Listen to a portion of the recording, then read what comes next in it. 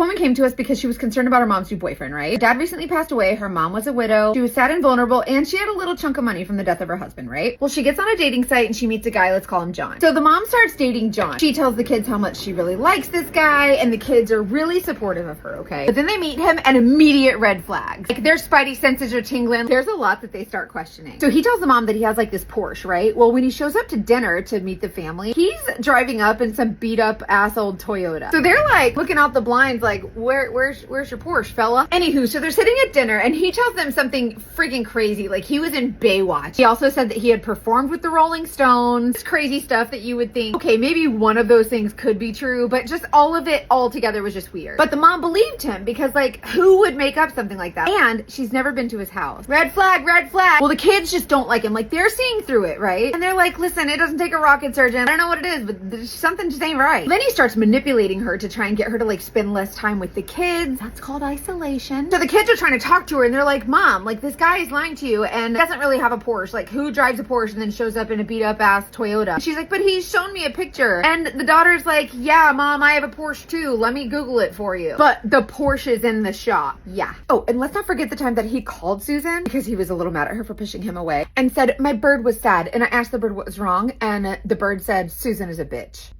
This is when the daughter comes to me because she knows that in order to prove to her mom that this guy is no bueno, she needs evidence. So your girl did a little digging and he's got some skeletons in his closet. First of all, not only did he not have a Porsche, he also wasn't even the owner of the beat up Toyota. He lived in like a shoebox, but he played it up to her like he lived like in a McMansion. Had all this money. He had no like zero, no zilch goose egg job history or like employment history, anything. And was 100% lying about all of his past experiences. What he really did for a job was con widows. Have you seen the movie Heartbreakers? Sigourney Weaver and Jennifer Love Hewitt? That's a good movie. So I figured most of this out because I ran the tag of the car that he was driving and it comes back to who else? A widow. And guess what I found out about her? Her husband, who had died within the last year or so, was very wealthy. Well, all of his past addresses before her were owned by widows of men who were very wealthy and that had died recently. And this dated back like almost a decade. So she takes this information back to her mama and she says, Mom, here's proof that we are not full of baloney. Like, this guy is no good. So finally the mom takes it at face value, and despite what her heart wanted her to do, because listen, when you're in love, you're in love, she ended up dumping his ass and now she's dating a really nice guy, actually has his own money. In that episode we called that guy Widow Hunter. If you want more true stories like this, check out my podcast. It's called The Dating Detectives. Comment the word dating and I'll send you a link so you can listen for free. Love you, bye.